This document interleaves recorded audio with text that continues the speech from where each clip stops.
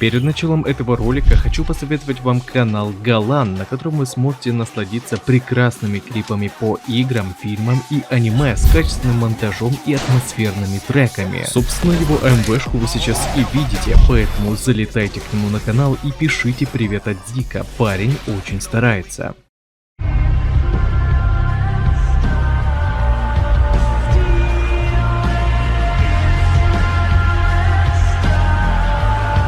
Не прошло и 10 глав, как госорганизация Комунаби уже вышла на след Ракухира Тихира. Если, конечно, не брать в счет связь с Азами, который все еще стоит на стороне главного героя. Однако Хиюки, видимо, его прямая противоположность, и сегодня мы видим ее магию Энкоцу, пламенной кости, в действии. Я даже не знаю, как теперь Тихира сможет с ней справиться, без одной руки, да еще и без возможности к отступлению. Но также напоминаю, чтобы читать свою любимую мангу, манхва, вы сможете на remanga.org. Здорово, ребятки анимешники, у микрофона Зик. А вот ребята, которые оставили свой коммент под прошлым роликом. Ну а мы начинаем.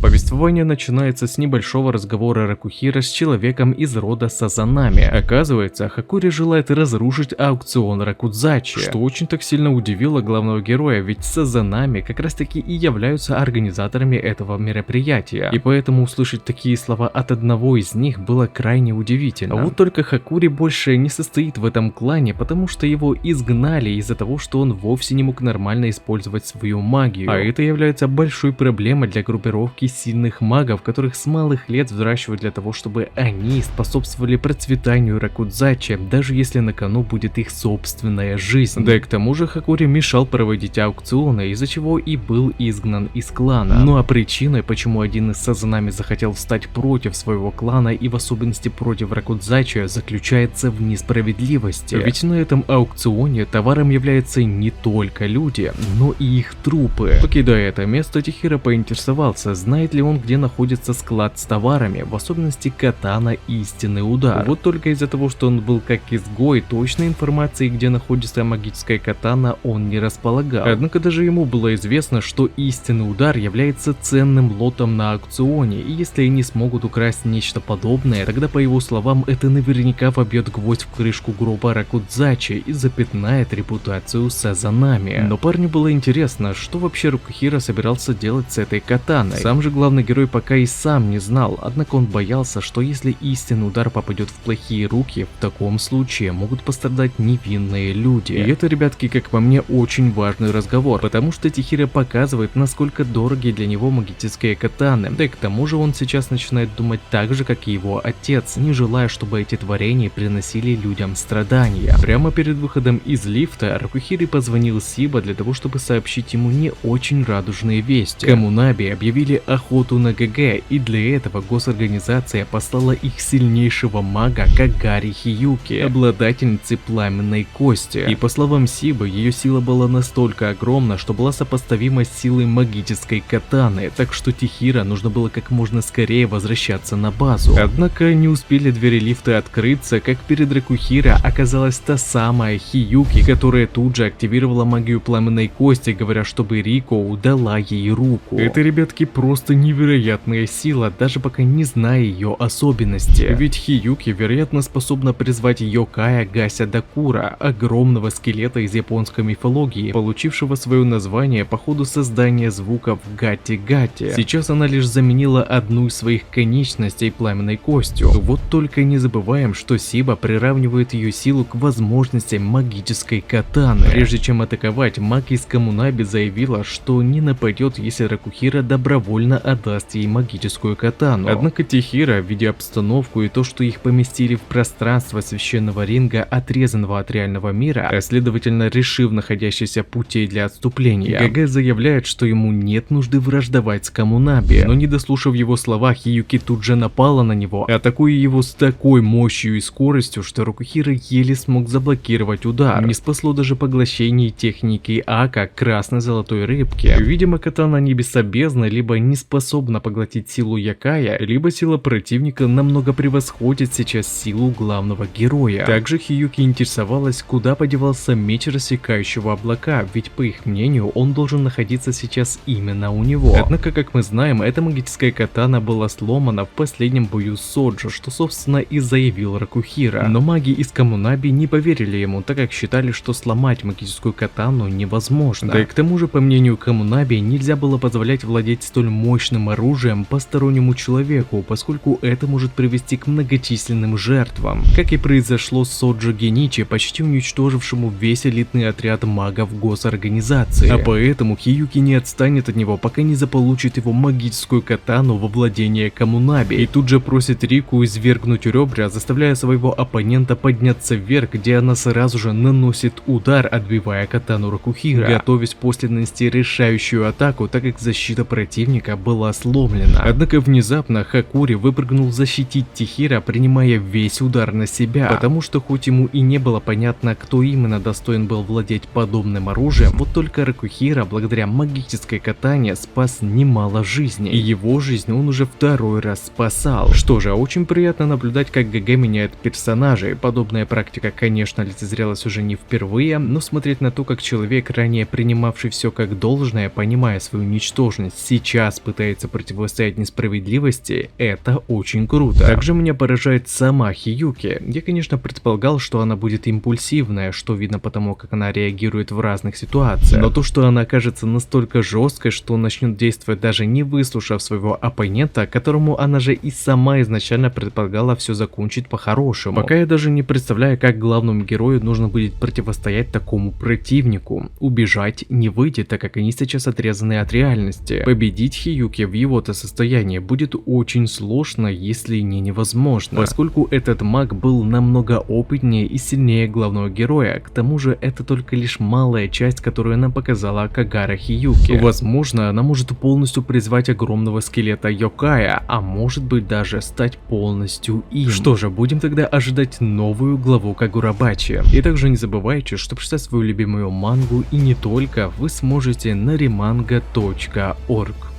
А на этом ролик подходит к концу. Пишите в комментариях, что вам понравилось, а что не понравилось, и несколько комментариев попадут в следующие ролики. Если тебе понравился ролик, тогда лайк и подписка для меня будет лучшей благодарностью, а также не забываем про колокольчик, ведь в последнее время не всем приходят уведомления. Всем спасибо за ваш просмотр, мирного неба вам над головой и всем пока-пока.